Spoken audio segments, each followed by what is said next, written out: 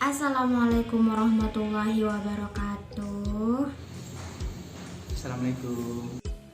Assalamualaikum warahmatullahi wabarakatuh. Jadi kami dari kelompok 3. Jadi kita akan membahas tentang asesmen motorik. Jadi kita akan membahas yang pertama itu asesmen motorik, yang kedua identifikasi motorik, yang ketiga intervensi motorik, dan kita juga akan menyertakan implementasinya. Jadi akan ada contoh video implementasi yang kita sudah praktekkan di lapangan, entah itu di luar sekolah SLB ataupun di sekolah SLB-nya langsung kepada siswa atau anak didik yang kita ajarkan, gitu ya. Oke, saya jelaskan di sini. Yang pertama itu apa sih asesmen? Jadi yang pertama itu asesmen adalah suatu penyaringan atau kita pendataan gitu ya, pendataan. Entah itu data pribadinya anak yang sudah datang ke kita. Dan biasanya yang boleh mengasesmen itu adalah para ahlinya aja. Jadi guru itu tidak diperbolehkan ya. Yang pertama itu yang boleh hanya psikolog, psikologi anak ya. Terus yang kedua itu para ahli terapi. Terus yang ketiga, yang terakhir itu adalah sosiolog. Jadi di tahapan asesmen itu kita akan mendata anak, data pribadi yang pertama. Terus yang kedua itu kita akan menanyakan lebih detail kepada orang tua atau keluarga si anak. Yang pertama itu dia memiliki hambatan apa, dan kelemahannya dia apa, kelebihannya dia apa, dan kesehariannya itu apa. Jadi di sini kita akan mengetahui gejala atau kapan terjadinya hambatan yang anak ini miliki, gitu ya. Terus yang kedua, identifikasi anak berkebutuhan khusus. Jadi di identifikasi ini sebenarnya sama dengan asesmen ya, tapi perbedaannya itu kalau misalkan asesmen itu hanya boleh psikolog, kalau guru itu tidak boleh ya, tidak diperkenankan gitu. Tapi untuk di perdesa-desaan yang tidak ada psikolog, guru bisa mengambil alih, tapi kita tidak bisa 100% mempercayai yang guru berikan, karena yang memperbolehkan mengasesmen anak itu hanya psikolog ya, karena akan ada sertifikatnya sendiri, akan ada hasil asesmennya sendiri. Jadi di identifikasi ini sama sebenarnya, hanya kalau diidentifikasi kita akan mendapatkan hasil asesmen dari psikolog. Jadi kita sebagai guru akan mendapatkan hasil asesmennya, dimana ketika kita sudah mendapatkan hasil asesmen, kita akan mengulang pendataan itu, atau kita hanya mereview apakah ini benar, apakah yang didapatkan oleh psikolog ini benar adanya gitu. Jadi kita akan menanyakan, kita akan pendekatan dengan anaknya tersebut di sekolah ya. Selama pendekatan itu kita akan mencari tahu kesukaannya dia apa, minat bakatnya dia apa, dan juga kekurangannya dia apa. Jadi kita akan tahu di situ. Jadi penyaringan ulang. Jadi di asesmen si anak ini sudah disaring lewat orang tuanya, lewat keluarganya juga.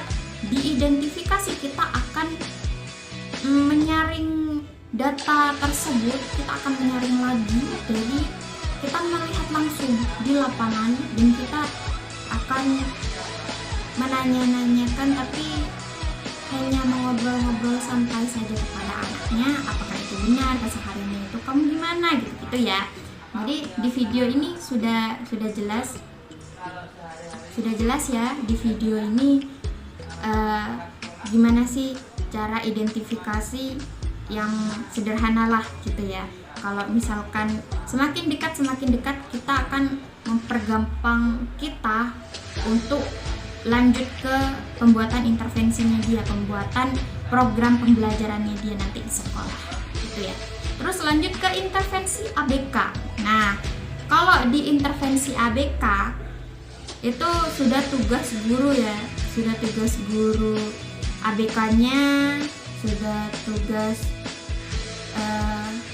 guru kelasnya juga, dan persetujuan kepala sekolah. Dan pastinya kita harus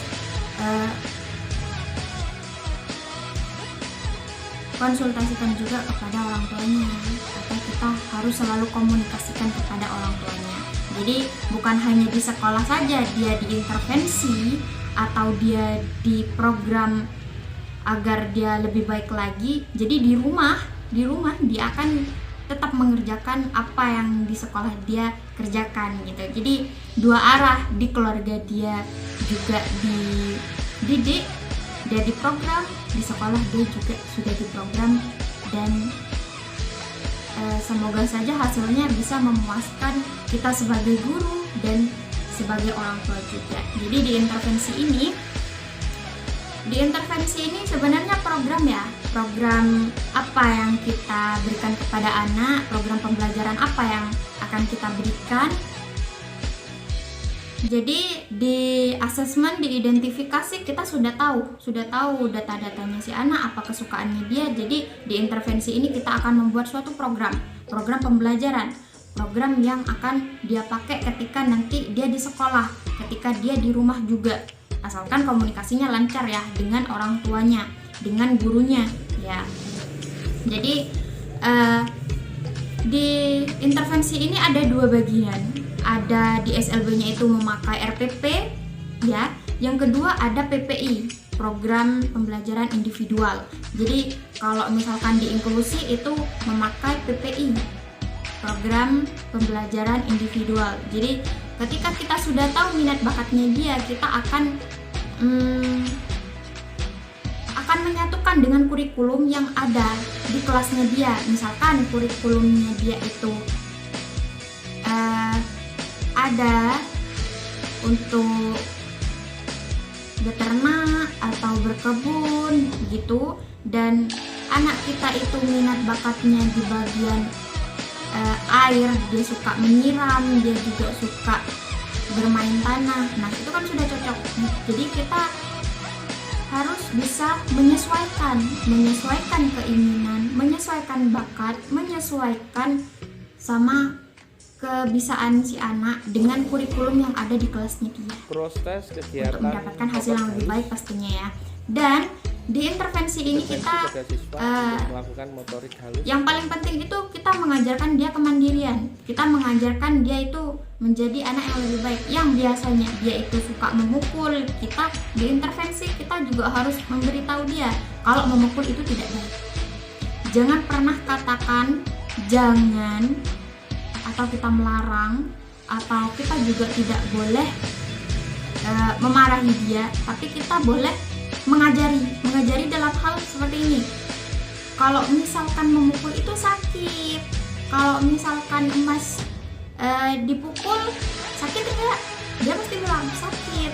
Kalau misalkan dipukul itu sakit dan kamu tidak mau dipukul, takut sakit, jadi kamu ke orang lain itu tidak boleh. Jadi kita mengajarkan seperti itu.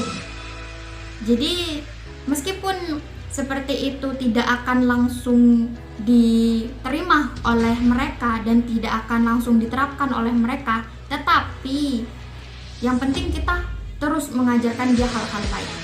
Jadi harus telaten untuk menghadapi anak berkebutuhan khusus seperti ini, gitu ya.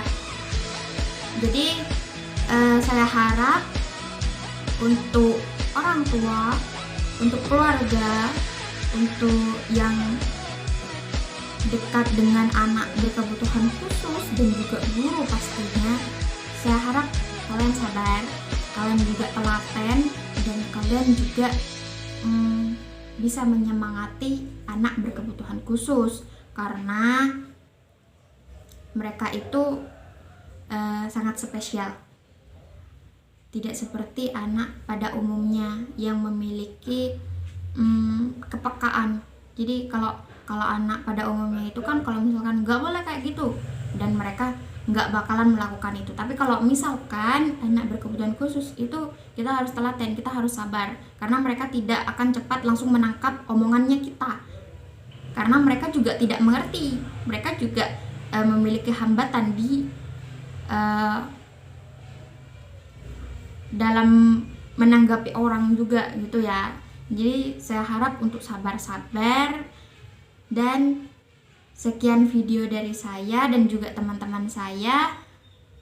Terima kasih untuk kekurangan dan kelebihan dari video ini dan apa yang saya sampaikan dan teman-teman praktekkan. Saya mohon maaf dan terima kasih. Assalamualaikum warahmatullahi wabarakatuh.